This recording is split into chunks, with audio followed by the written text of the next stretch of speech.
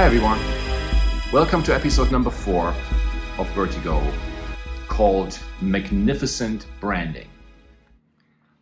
Certainly an episode that was shaped by decades of me thinking, studying, and really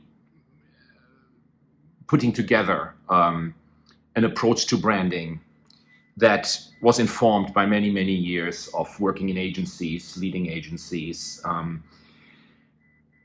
creating numerous global campaigns and brand initiatives for very big brands and very small brands alike.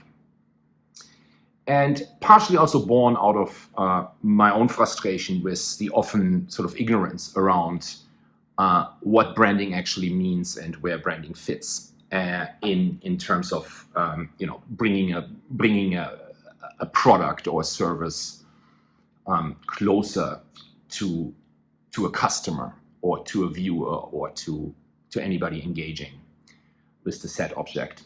So to me, this is it's a pretty milestone episode and a pretty big one, as it sort of taps in also closest into sort of what I do and what I've been doing mostly with my profession. So I hope you enjoy this. I think this is an episode really for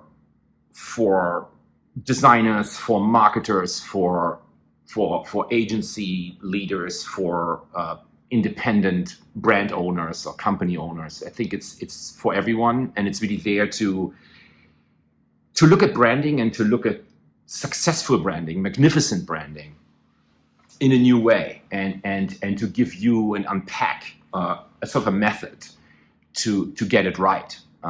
And that said, what I've discovered in my years of being in this profession in branding is that most agencies and internal brand teams don't even understand the difference between marketing and branding in the first place. And in my mind, marketing is about selling stuff and finding sort of a white space in the market, analyzing the market, and then sort of pushing product to the people based on the research and based on the findings. And branding is really about creating preference and love, creating love towards you. And instead of pushing things to the people, it is about bringing the people to you. And that is more about establishing relationships and operates on a very different level than marketing, which is about, like I said, transaction mostly. And branding is about sort of emotional component to this and a trust component to it. And also, you cannot sell anything, to anybody before you actually have them like you or love you or understand you. So oftentimes this gets really muddled up, and marketing and branding get sort of thrown into the same pot, and you're leading with marketing tactics that haven't even established relationships yet. Huge problem, and will never lead to a great brand love.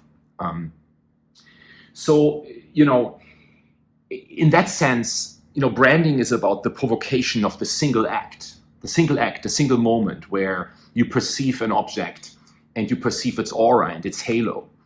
And that moment is based on some sort of understanding of a truth towards that object. So in this episode, I will really break down the principles of branding to its two sort of core components, which is truth and aura, and how they can relate and how they can provoke each other.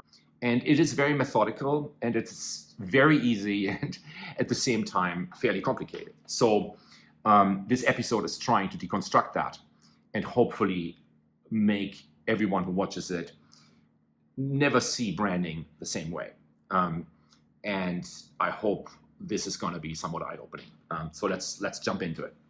So as we unpack the pieces of magnificent branding, let's start with the first component, which is truth. And first of all, the relationship between a brand and a person is not much different from the relationship between a person and a person. To believe in another person and to love another person, we need to trust them, and we need to know what they stand for and what they are about. And we need to understand them from a very, very profound and deep level. And so we are asking them to have their actions be truthful based on who they are and what they stand for. And the same goes for brands. It is all about, you believe in this brand because it stands for a truth and its actions speak for what they stand for, or you feel some sort of sense of betrayal. And what that really means, another way around, is that the brand can also, or the person can also only be confident towards you if they themselves believe what they stand for holds up as a truth for themselves. So I think that is a very important, sort of the only really actually component and fundamental and foundational element of successful branding is the understanding of the core truth that the brand sort of embodies. And at the same time, what this also means is that a lot of brand agencies and consultants and experts sort of confuse and convolute the argument of what a brand needs to be successful. It's all about the mission, values, and purpose and all that kind of stuff. And all those things matter and mean something, but they come much later. They are an extension of that truth. Because same as we just talked about, this idea of personal relationships, you cannot believe or trust somebody who has not defined who they are, what they stand for, and what their own truth is first. And you cannot believe in their mission, you cannot believe in their values, you can't believe any of that kind of stuff unless it is first made very clear what the truth of this brand or the truth of this person really is. So we talk a lot about truth here, and I think the biggest part, and now we're entering sort of the sort of center of this conversation. The biggest part is to understand that there isn't just one truth. That truth consists of three different components. And those three different components relate very closely to the conceptualization and the build-up of product, brand, and experience. And what I mean by that is that philosophically, we are talking about three truths, which are: one, the endaic truth, which means what something is, what it is by its existence and by its reality of being in existence, and its own definition of that it exists as a thing. That's called endaic truth. And the second truth to this is what something does. What something does is the apophantic truth. And that truth is about fact and rationality. It's a rational truth. It is the apophantic rational truth. And that truth is about numbers. It is about clarity. It is about rationality. And it's about facts. And the third truth is the moral truth. And that truth is about communication.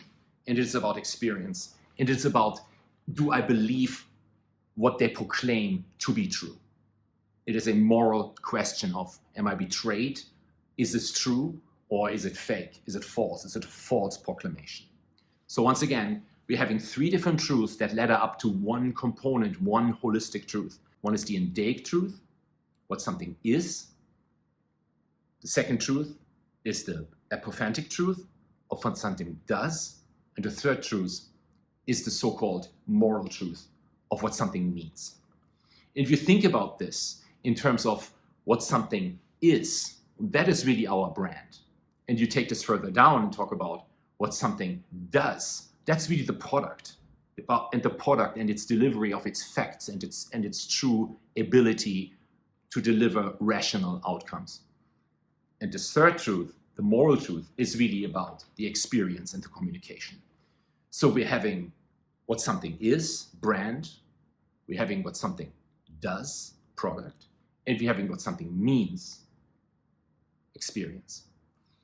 And only if these three truths can be aligned and harmonized with one another and can become a reconciliation of one to one another, we can create an aura as one thought. Only if these three truths can be brought together into one major truth, into one core truth, if they can align, if each one of them is out of sync, if something means something else than what it does, or if something is something else than what it means, none of this can happen. There will be no aura. An aura can only be created if these three truths align and harmonize with one another. That is magnificent branding. Two, like very, very, unrelated examples of great auras and great brands are, I guess they have an overlap because they are somewhat both, overlap somewhere marginally in sort of the world of interior and furniture and so forth. But one example would be Donald Judd, the artist, and the other example would be Ikea. Now, Donald Judd is arguably one of the greatest modern sculptors of the 20th century, and Ikea is arguably one of the greatest, interior product brands of the 20th century. So let's look at each of these brands respectively, or artists and brands. And you might argue Donald Judd is almost like a brand in its way, because of what I'm going to say next. It is actually, and let's unpack them very quickly and see how the truth reconciliation with its aura makes them so fantastic and so magnificent. Donald Judd's work is fundamental. It is reduced. It is engineered. It is physical. What it does is it defines space.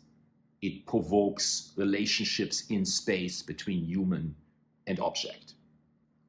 It is manifesting dimensionality and volume. What it means is an emotionless perception, a context-free perception of the two former things, of shape and space. It means non-contextual art.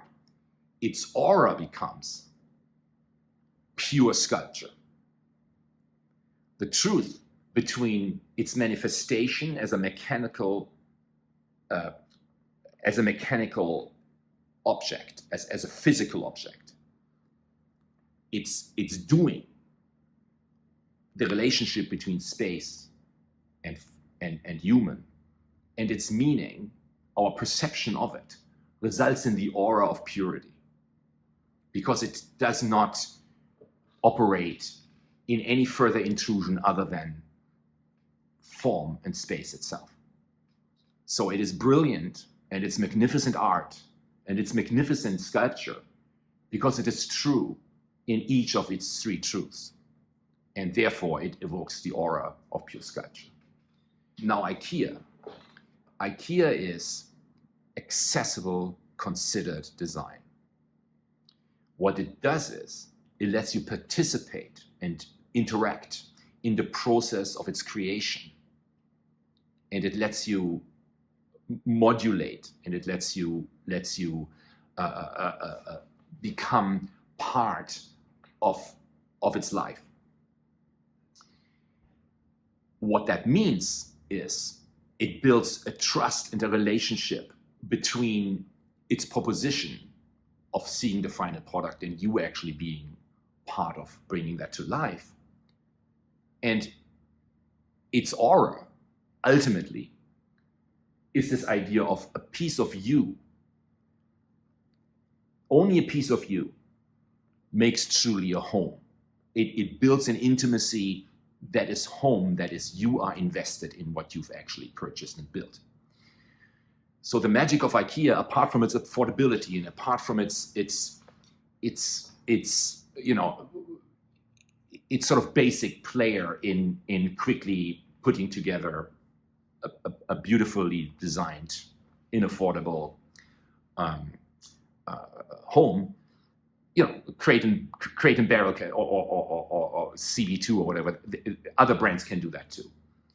But the magic of IKEA actually lies in the participation and the relationship that is built in the does part, what it does part, that leads to the aura of you having a much more intimate relationship with anything that you actually order and put together, and in the end have a relationship to. So the aura of this is only your investment makes something actually, your relationship, your emotional relationship makes something a home.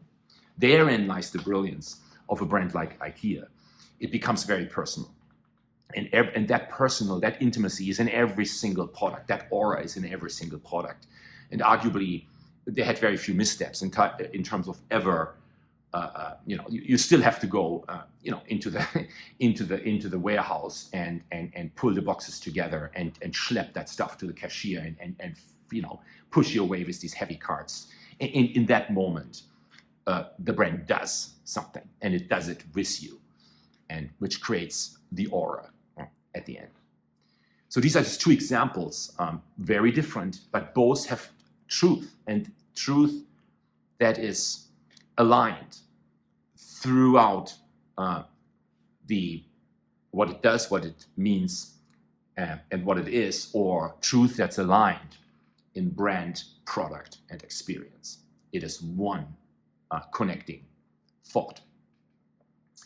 That connecting thought can be defined and can be sort of verbalized. And I think the definition of the aura is that, the aura is that one true connecting thought that then is also actionably expressed, like pure sculpture, or you need to be you as a part of every piece of furniture. And now, for the rest of this episode, I would love to go through, because I think there's never enough drilling this down, and that's really all there is, right? I mean, that's all there really is to create magnificent branding. Apart from all of these other mission values, that can all come later, and it can be, it can be whatever. It's just words. What isn't words is the three things that I just explained, and those things require a masterful understanding of and a looking in the mirror of the brand, and looking at the customer and the brand in the mirror together, right? And so I would love to go now for the rest of this episode through quite a few examples that really bring this further and further home. And I will also show some of my own work in that, where I've attempted to, and I believe successfully attempted, to create magnificent brands. And at the end, let's end it with some interesting thoughts of brands who do it magnificently, but also do it very different, and turn this a little bit on its head, being aware of what I just said. So let's look at that. Shake Shack and Baltazar in New York City. Two restaurants that couldn't be more different from one another in what they are, do, and mean, yet both fantastic examples of magnificent branding. Let's start with Shake Shack. It is an elevated, highly accessible chain of burger restaurants, fast food restaurants. What they do is they use better ingredients. They bring in trends of, from the food culinary world and foodie approved trends such as barbecue, Korean barbecues, and truffles and such into their menu. And they also carry things like wine and spirits as part of their menu. What that all means is they communicate through their open kitchen, designs, through wearing aprons and bringing table service, through having millions of beautiful looking people with selfies and burgers on Instagram. What their aura is, it's bringing high-end experiences, or a high-end experience, into fast food. All of these three things, their endeatic truth, the apophantic truth, and their moral truth, are all aligning towards the same aura.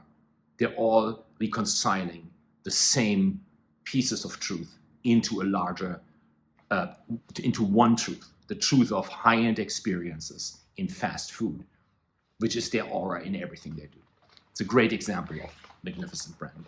Now, Baltazar, the iconic French restaurant, bistro, bakery in the center of Soho in New York City. What Baltazar is a charismatic French restaurant. What they do is they are completely consistent. They have a limited menu that never changes of French staples such as duck confit and steak frites and things like that. Very, very focused and consistent menu. What it all means is they're unpretentious. They are cool. They don't care about trend. They embrace a French sort of charismatic, stubborn sense of if it's not broke, don't fix it.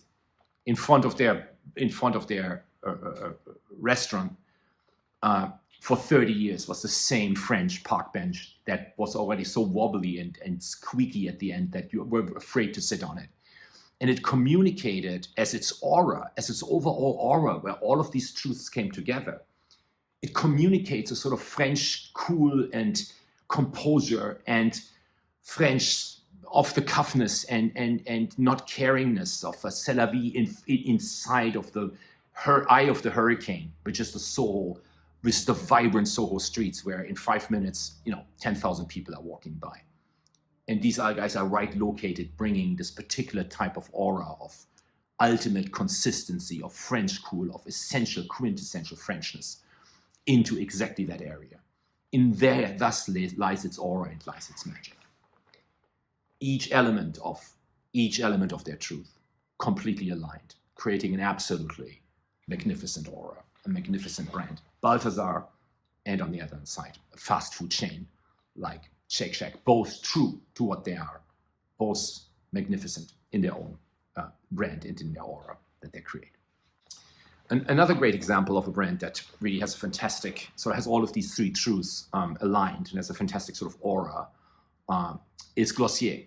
And let's play Glossier through and see how these things fit together. What Glossier really is a high-end, accessible yet high-end cosmetics brand, probably mid-tier to high-end, but highly accessible. I have it at Sephora, but also I think they did a special thing with Target and so forth. So it's certainly available. What it does is it offers a product line that is somewhat fundamental, but also lends itself to be easily combined with other brands in terms of foundations and colors and so forth and so on. Now that accessibility with the sort of openness to be used in a very, very broad range leads us to the third truth, which is the communicative moral truth, which is really in a brand like Glossier, the sort of really the kicker, which is throughout from the employees to their campaigns to the models they use, they're using normal people and diversity and not necessarily traditional model types. You have a product that is fairly elevated and aspirational in what it is. And you have what it does, it is really, really fundamental and inclusive and accessible. And in its expression, it is even more inclusive. And it's really about elevating any customer letting any customer into this sort of high fashion world, which leads to this interesting aura of like anyone can be a model. And it carries through absolutely everything. It's like, even if you are not the typical model type, you have access and you elevate yourself to that. Even if you're of any, it doesn't matter your gender, it doesn't matter your body type, it is completely at scale with its own promise. So in that sense, this idea of anyone can be a model and anyone can be part of is included in the part of the cosmetic and beauty game was when, particularly 10 years ago, whenever Glossier first launched, a really wonderful alignment of all of the truths from the shops, how people included you and wrote your name on the back, to the type of people that were working there, and people talking to you while you wait in line, getting to know you, to establish a relationship with you that is never based on how you look like, who you are, or if you're in or you're out. So it's a beautiful example of all of these truths aligning to a really powerful core aura. So quickly, 3 projects that I worked on over the years that I feel are very, very good examples of magnificent branding and really explain this idea of these truths coming together and creating really wonderful auras. The first one would be the Black+Decker brand, which I worked on at Lippincott in New York, and I was running the entire creative and design side of that project. And it's a wonderful example of a repositioning of a brand that failed to deliver on its truth, as it was trying over many years to compete as a power tools brand that was too weak as a power tools brand to even compete in the category of power tools, but was repositioned by us to actually stand on its own. And what that means is a brand, a power tools brand for non-professional users. That's what this brand is. And what it does is it has a product line, a portfolio of products that are light, that are easy to use, that are not sophisticated and complicated in terms of their features and their sort of instructions and so forth. And what that all means then is a very easy, basic, navigatable website, a huge social content of people sharing their experience with these products and how they use them. And this idea of an amateur user doing a hobby on the weekend and putting something together is being included in the world of power tools suddenly and is being catered to. So the brand became from being a competitor in the power tools world, in a macho power tools world, to sort of the Uniqlo of hand tools and small domestic of power tools and small domestic appliances, and therefore in each of these truths became somewhat modest, right?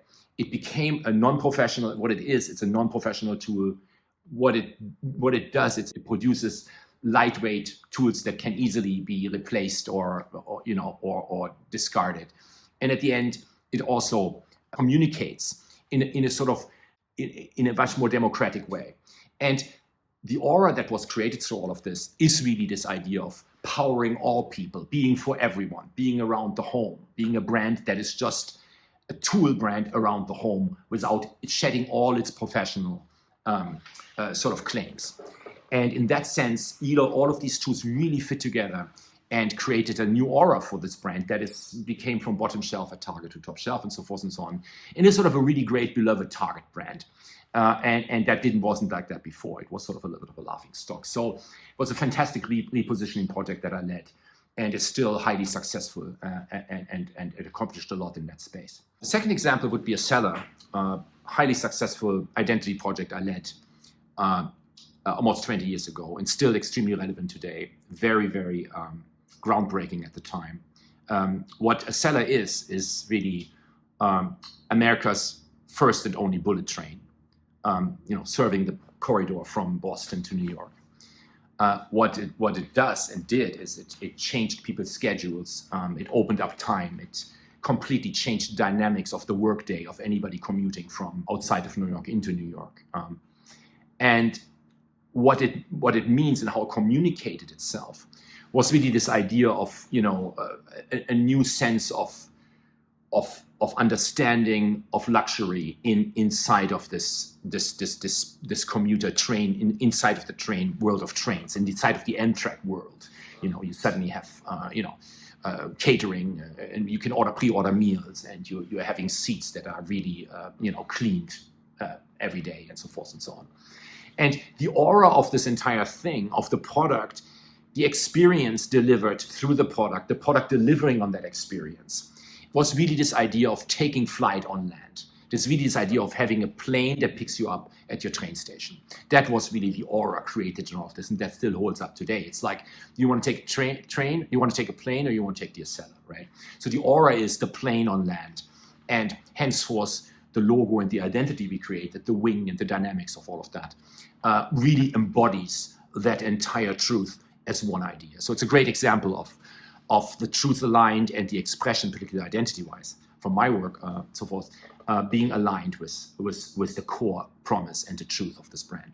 So 2 last examples as we bring this to an end that are sort of interesting thought starters.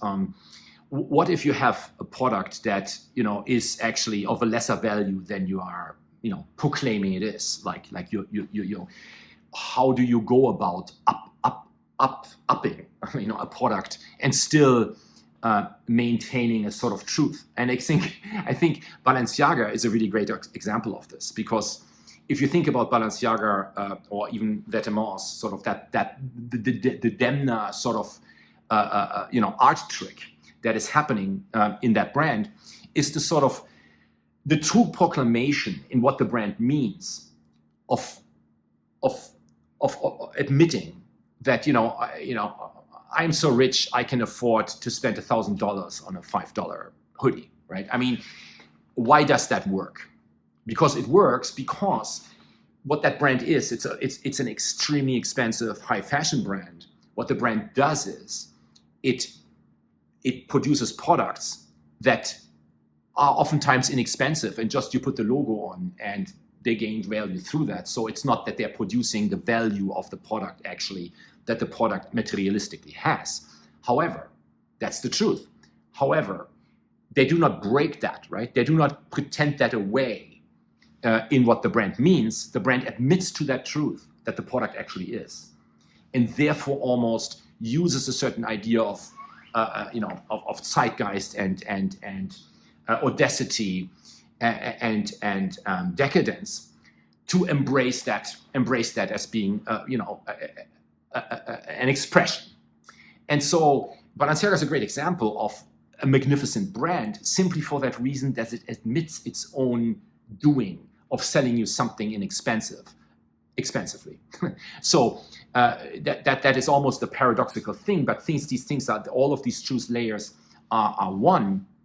This works just brilliantly. And so the aura of Balenciaga then is just, it's not about the material cost, it's about how coveted something is, or how hyped it gets, or which celebrity wears it. And we know this, and we're not trying to tell you it's more worth than that.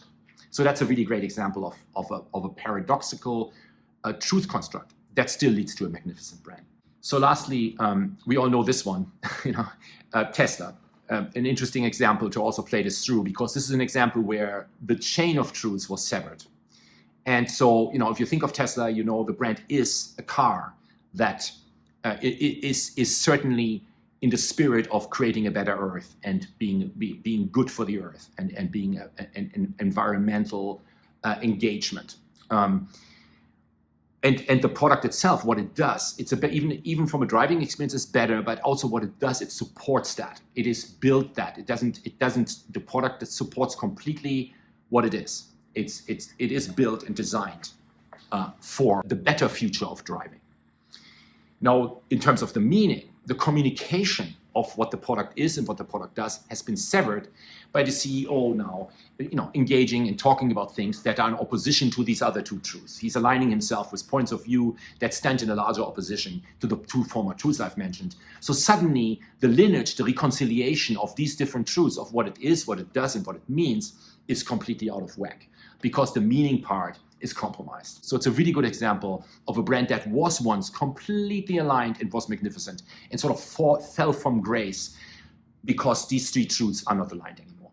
So it's a great counter example of all of the things I've talked about. So I hope you enjoyed this episode. And sort of the final words to this is that, anybody, agencies, people in agent, designers, strategists, marketers, CEOs, think about this and think about, the courage you need to maintain and, represent and stand for your inner truth and your inner form and your inner construct. Do not compromise through outside interference these inner truths, thinking that, changing these truths will make you more attractive or will sort of potentialize you towards a larger audience and all this kind of stuff. You can do as much as successful SEO writing as you want and bring as many people to your website as is possible. It is all for nothing if you are not creating an aura for yourself. And if once you get people to the website, if there's not something there that makes you believable and that makes you loved. So there's something that comes in all of this that comes first. And that is, what I've been talking about for the last 40 minutes here. And I hope that makes you think about this differently. And I want to hear from everybody what their thoughts are around this and around magnificent branding and other suggestions for other topics and thoughts on these things. And I hope you enjoyed this episode. There'll be more episodes to come, and I'm excited to share with you. And I will see you on the next Vertigo, where we talk about these things again.